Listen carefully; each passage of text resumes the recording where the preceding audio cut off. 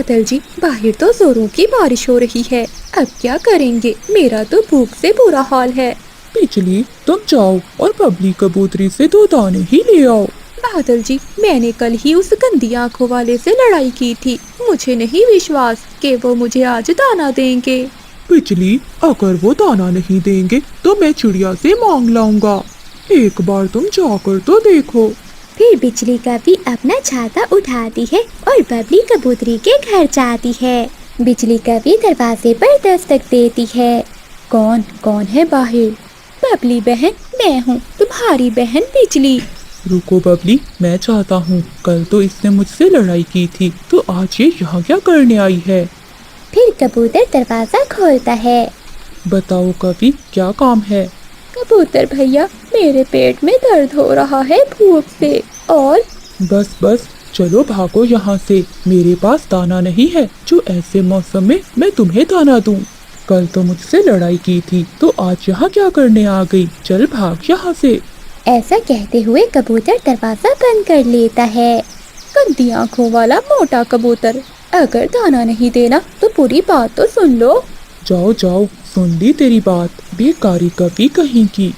गुस्से में बिजली कभी वापिस चली जाती है। क्या बना बिजली? क्या दाना दे दिया कबूतर ने? अंधे हो क्या? अगर दाना होता तो मेरे पास होता, मैंने कौन सा खा लिया है। उस गंदी आंखों वाले ने बहुत बेइज्जती की है मेरी। तो ठीक है बिजली, मैं चिड़िया के पास जाता हूँ। फिर बादल कव्वा अपने घर से निकलता है और वो चिड़िया के घर जाता है। वो घर के दरवाजे पर दस्तक देता है। एक तो मेरा घर टपक रहा है और ये कौन आ गया ऊपर से? तभी चिड़िया दरवाजा खोलती है। हाँ कव्वे, बताओ क्या हुआ? मैं पहले ही बहुत परेशान हूँ। चिड़िया बहन, मेरी बात प्यार से सुन लो। कव्वे, मेरा घर पहले ही टपक रहा है, मुझे अपने घर की मुरम्मत भी करनी है। बताओ क्या काम है? चिड़िया बहन, मैं पीपल का पत्ता लाता हूँ और तुम्हारे घर की छत की मुरम्मत कर देता हूँ, लेकिन बदले में तुम्हें मेरा एक काम करना होगा। बताओ बताओ क्या काम है? मुझे खाने के लिए दाना दे देना। ठीक है, दाना तो मैं तुम्हें दे दूंगी, लेकिन बाद में। पहले मेरे घर को ठीक करके दो। ठीक है चिड़िया, मैं अभी जाता हूँ और पेड़ के बड़े बड़े पत्ते लाता हूँ। फिर बादल कव्वा जल्दी से उड़ता है और वो घने जंगल की ओर जाता है। कव्वा पीपल के पेड़ पर जाता है और कुछ पत्ते तोड़ लेता है। इस पापी पेड़ की खातिर मुझे क्या क्या करना पड़ता है। ऐसे काम करने से तो मेरी भूख और भी बढ़ गई है। फिर बादल कव्वा पीपल के पत्ते लेकर चिड़िया के घर की ओर जाता है और चिड़िया के घर की छत पर बैठकर पीपल के पत्ते अच्छे से लगा देता है। ये तो कमाल हो गया, मेरे घर की छत ठीक हो गई। ऐसा कहते हुए चिड़िया घर से बाहर आती है। चिड़िया बहन, बताओ छत ठीक हुई कि नहीं? बादल भैया, तुमने तो कमाल कर दिया, मेरे घर की छत तो ठीक हो गई है। आओ, मैं तुम्हें दाना देती हूँ। फिर चिड़िया बादल कव्वे को अपने घर के अंदर ले जाती है। बादल भैया, मेरे पास दाना तो नहीं है, लेकिन ये एक पका हुआ आम है, तुम ये मीठा आम ले जाओ। कव्वा खुश हो जाता है और वो आम लेकर वहाँ से चला जाता है। आधे रास्ते में जाकर बादल कव्वा एक पेड़ पर बैठ जाता है। अगर मैं ये आम घर ले गया तो बिजली खा जाएगी और मैं भूखे का भूखा ही रह जाऊंगा। मैं ऐसा करता हूँ कि ये आम खा लेता हूँ। फिर कव्वा वहीं बैठकर आम खाने लगता है। ये बादल न जाने कहाँ चला गया है, अभी तक लौट कर नहीं आया। मैं चिड़िया से पूछ कर आती हूँ। फिर बिजली कव्वी अपना छाता लेकर चिड़िया के घर की ओर जाती है और दरवाजे पर दस्तक देती है। अब ये फिर से कौन आ गया है? इस समय सोने भी नहीं देते।